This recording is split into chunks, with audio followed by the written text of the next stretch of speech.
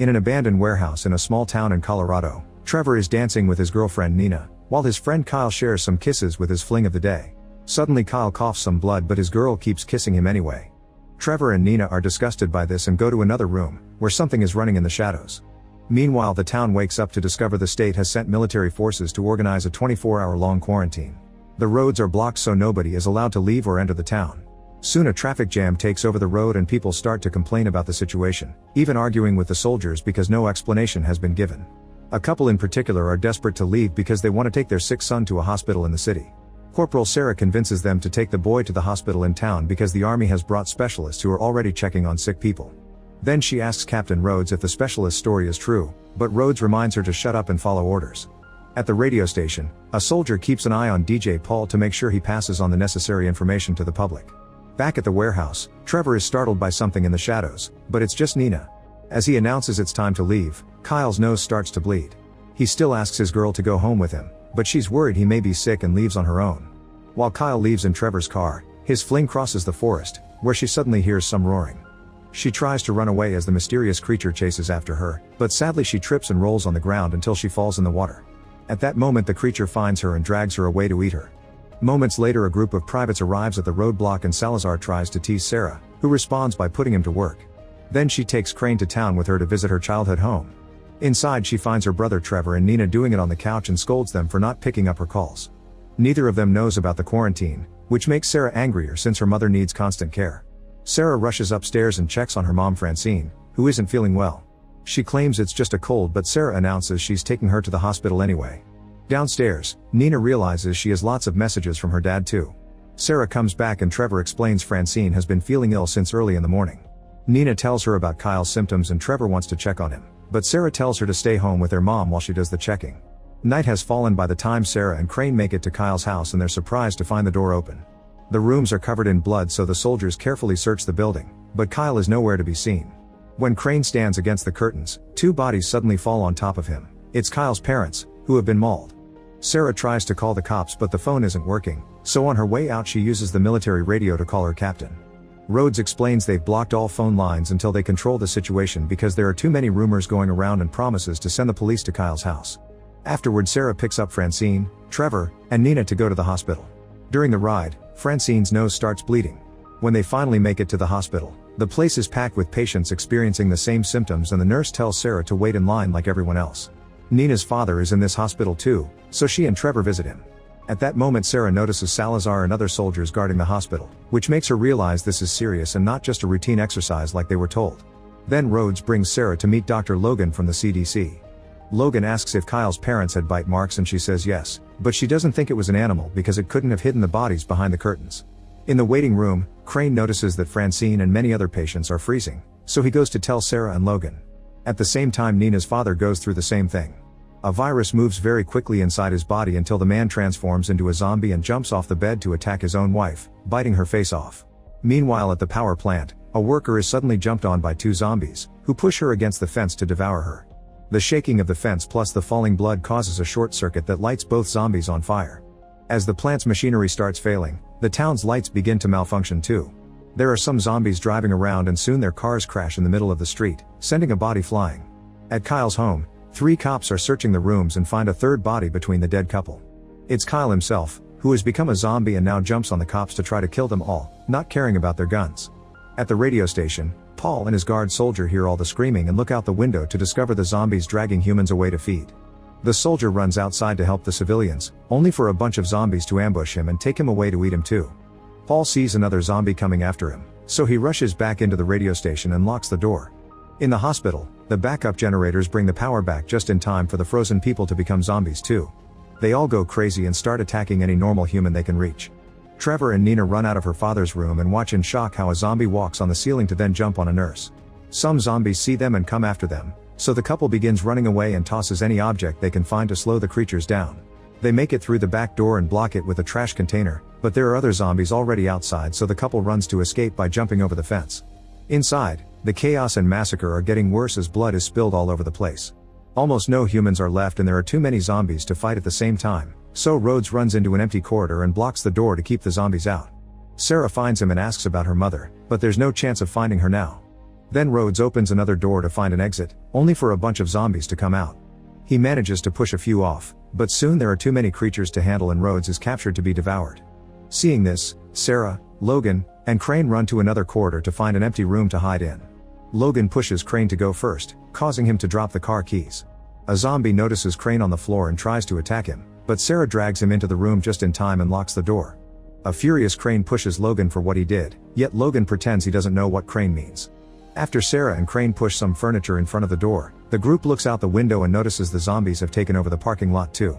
Since Crane doesn't have a gun and Sarah's isn't loaded, she says they should make Molotov bombs to distract the zombies and escape in a car. Since Crane lost Sarah's car keys, she decides they should find Rhodes' keys to escape in his car instead. Meanwhile, Travis and Nina are running through the forest, where they encounter dozens of dead bodies on the ground. A body even tries snapping at them, only to fall dead again. Eventually the couple makes it downtown and they find a massacre here as well. However, they notice someone sane inside the radio station, so they wait until the main street is clear to run to the station's front door. They start pounding on it and the noise gets the attention of a zombie, who begins running toward them. Thankfully, Paul opens the door and lets them in before the zombie can reach them. Then Paul takes them to the main room where they find the couple from the beginning, who reveals their son is dead. At that moment the wife starts coughing, but she swears it's a cold she caught before it all began. Paul coughs as well, yet Nina doesn't know if trusting them. Trevor rushes to the radio equipment to send out a message with their location and warn people not to go to the hospital. This message is played by a car radio and heard by Francine, who is also a zombie now. Back to Sarah and Craig, they climb into the vents and move as fast as possible to avoid the zombies trying to reach them through the grills. They eventually find the room with Rhodes' body, so Sarah jumps down, only to be attacked by someone coming out of the cabinet. She quickly defends herself and discovers it's just Salazar, who hid in the cabinet before everyone went crazy. They take the car keys and get back in the vents, unaware that Rhodes is waking up as a zombie and eating his own eye. Then he grabs Sarah and uses her as a counterweight to get into the vent since he doesn't have legs. Sarah kicks his face to force him to let go and begins moving faster. In another room, the zombies hit the vents with mops and other tools until they manage to break it, causing Sarah's legs to fall through the hole. Those creatures keep trying to grab her feet and Rhodes is coming closer, however Salazar comes back for Sarah and pulls her out of the hole just in time. They rush back into the room with Logan and when Crane tries to close the vent, Rhodes appears and bites his hand. Sarah immediately grabs some bleach and pours it on the wound, hoping to disinfect it. A wary Salazar takes out his gun and gets ready to shoot, but Sarah protects Crane and Logan points out the bleach has a chance to work. Rhodes keeps making noises in the vent and Salazar shoots him to finally kill him. When Sarah promises she'll kill Crane if he turns, Salazar finally puts down his gun. Afterward, the group makes some weapons with whatever they can find in the room and Sarah takes one of Salazar's guns. Crane breaks the window with a chair and they jump out to finally leave the hospital. A zombie immediately appears, yet Sarah's shots do nothing, so Salazar has to teach her that only a shot to the head will kill a zombie. There are more enemies incoming and the soldiers work together to fight them all while Logan only stares. The tools they made turn out to be pretty good and soon all the zombies surrounding them go down. Unfortunately, the zombies inside the hospital start jumping through the windows as well. The soldiers keep on fighting, killing their enemies by smashing their heads or just outright decapitating them. While everyone is distracted, Logan reveals he has his own car and runs toward it. A woman tries asking for his help, however he just pushes her toward a zombie to keep it at bay before getting into the car and driving off. The others notice this and curse Logan's name, but there's no time to complain because more zombies are coming. Hiding behind a car, they light a bunch of Molotov bombs and throw them at the zombies, creating a big fire that slowly burns the creatures to death. Then they run to Rhodes' car and have to kill a few zombies that avoided the flames before getting into the vehicle. More creatures show up and try to hold on to the car, so Sarah drives quickly to make them fall off. The group finally leaves the hospital and as they drive through town, they see death and destruction everywhere. Eventually they find a gun store, so Sarah ties Crane up in the car just in case before entering the shop with Salazar. Unfortunately, Crane starts bleeding and by the time the others come back with a bunch of weapons, he's already a zombie. Salazar wants to kill him but Sarah convinces him not to do it because Crane is harmless and already restrained. Then they drive away before zombies get too close. At the radio station, a zombie is trying to get inside using the emergency ladder, but Trevor throws a TV on his head to kill him. When he goes back inside, Nina shows him that the tissues in the garbage can have blood. She grabs a knife and threatens the adults to make them confess who is bleeding, however they keep blaming each other instead. Suddenly Paul freezes and begins transforming into a zombie, so a panicking Nina stabs his head to kill him. Trevor uses the radio again to send a new message through. The soldiers are about to leave town, but when Sarah hears her brother's voice she turns the car around, running over every zombie to avoid losing time. At the station, Trevor looks out the window and sees Francine, so he runs out to meet her and ignores Nina's warnings. Francine is too far gone and tries to attack her son, but Sarah arrives and runs her over with the car. A crying Trevor can't believe she did that, and Sarah has to remind him that wasn't their mother anymore. Meanwhile, Nina runs upstairs to tell the old couple that they're leaving, only to find the room mysteriously empty. When she looks behind the couch, she finds the husband dead. The zombified wife appears behind her and tackles her to the ground, so Nina has to start fighting her using any object she can find in the room and even breaking the furniture. At that moment, Trevor comes in and they start fighting her together with excellent teamwork. Outside, Salazar notices some survivors stuck behind a gate. They start climbing it to reach the soldiers, but zombies appear behind them and devour them. At that moment, Trevor and Nina push the monstrous wife through the window, and as soon as she lands, Salazar and Sarah shoot her to death. The shooting scares the zombies behind the gate, and now the group can leave in the car. During the ride, Salazar wonders why Crane won't attack them, and Sarah remembers Crane's vegetarian. Salazar still keeps on mocking and threatening Crane, clearly not trusting him. When they finally make it to the roadblock, they discover that the rest of the soldiers have also become zombies. One of them tries to reach inside the car, so Trevor comes out and shoots him. Salazar and Sarah join him and they kill as many zombies as possible with their guns, but they just won't stop coming. They have no choice but to get in the car and drive back.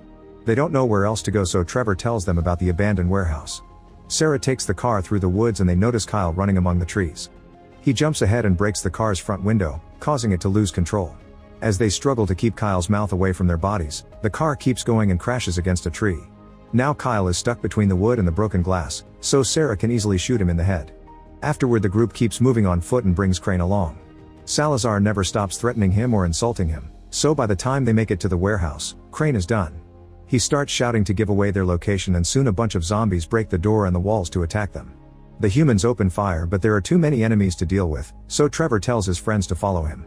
While the group goes downstairs to the basement, the zombies aggressively surround Crane. The basement turns out to be an actual isolated bunker. A few zombies try to follow the group, but they fire at them until they cross the thick metal door and lock it. Then they open a door at the back and are shocked to find a full research facility. They check the computers for answers, but whoever was here deleted everything before running away. Suddenly they hear a noise, so Sarah and Salazar start searching every room until they find Logan, who has been destroying the evidence. The duo threatens to shoot him until Logan explains he was part of Project Wildfire, which researched biochemical agents. He swears the project isn't behind the zombie virus, but he's interrupted by Trevor, who has found a video file in the computer. The recording shows a scientist admitting that the virus they created to attack foreign troops has mutated and lost control, so he had to kill all his infected colleagues. The video ends when the doctor transforms into a zombie too and destroys the camera. Hearing a roar nearby, the group leaves the office and finds the zombified doctor, so they start shooting him until he gets too scared and runs away. Salazar and Sarah go after him, only to discover he's escaped by crawling through the vents.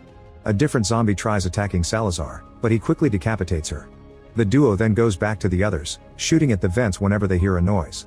Logan has no idea where the emergency exits are, but Salazar recognizes this bunker as a model from the war and says they only need to find the missile silos to escape. As the team walks through the corridors, the doctor reaches from above and kidnaps Logan. He quickly kills him and then throws the body in front of the others. The group hurries up, but after wandering for a while they still can't find the silo. Despite Salazar's protests, they decide to split to cover more ground. Sarah and Salazar end up finding the silo first and they go through the first door without issues. However, after crossing the corridor they find tons of zombies hiding in the next room. Both soldiers open fire, but the zombies surround Salazar and knock him to the ground. He tells Sarah to go on without him before the creatures begin eating him. Sarah quickly runs away and Trevor drags her into another safe room. There she finds a bunch of missile propulsion tanks, so the siblings work together to make some big fire throwers. Then Sarah returns to the corridor to get the horde's attention, only for the doctor to appear behind her. As she struggles against her attacker, Crane reveals himself in the horde and remembers his feelings for Sarah, so he starts firing his gun until he runs out of bullets. Angry about this betrayal, the doctor lets go of Sarah and runs to decapitate Crane. Sarah shoots a random zombie to get everyone's attention before running down the corridor again. The creatures run after her, but when they reach the door, Trevor and Nina activate the tanks. The result is giant flames that instantly burn the zombies down and reach every corner of the facility, not leaving a single monster standing. Afterward, the trio climbs out of the silo and finds Logan's car. As they drive away, they hear on the radio that the virus has been fully contained. However, on the road a zombie is on the loose. Make sure to subscribe and turn on notifications so you can watch more videos like this. Thanks for watching.